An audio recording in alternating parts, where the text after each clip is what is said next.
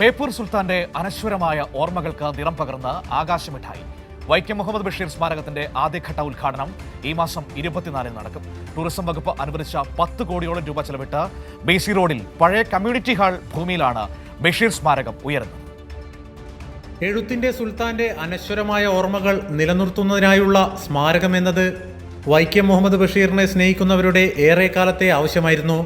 അങ്ങനെ ആകാശമിഠായി യാഥാർത്ഥ്യമാവുകയാണ്.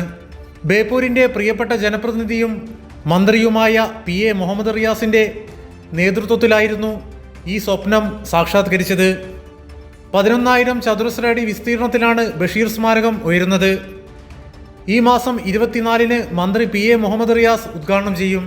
വൈക്കം മുഹമ്മദ് ബഷീറിന്റെ മകൻ അനീസ് ബഷീർ. റിയാസിന്റെ രാഷ്ട്രീയ ഇച്ഛാശക്തി തന്നെയാണ് ഇതിന്റെ പിന്നിൽ ഇതും നടക്കാൻ ഉണ്ടായത്. റിയാസിന് അതുമാത്രമല്ല, വലിയ വ്യൂ ആണ് റിയാസിനുള്ളത്. നമ്മുടെ വിദേശങ്ങളിലൊക്കെ ഇതുപോലുള്ള സംവിധാനങ്ങളുണ്ട്. ടൂറിസം സർക്യൂട്ടിൻ്റെ ഭാഗമായിട്ടാണ് റിയാസ് ഇത് വെച്ചിരിക്കുന്നത്, വൈക്കം മുഹമ്മദ് ബഷീർ സ്മാരകം.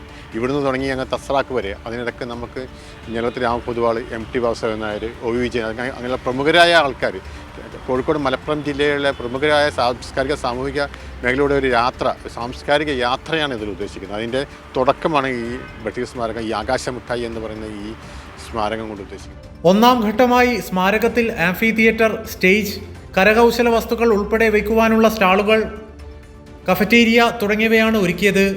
പൂർണ്ണമായും ഭിന്നശേഷി പ്രകൃതി സൗഹൃദമായാണ് നിർമ്മാണം.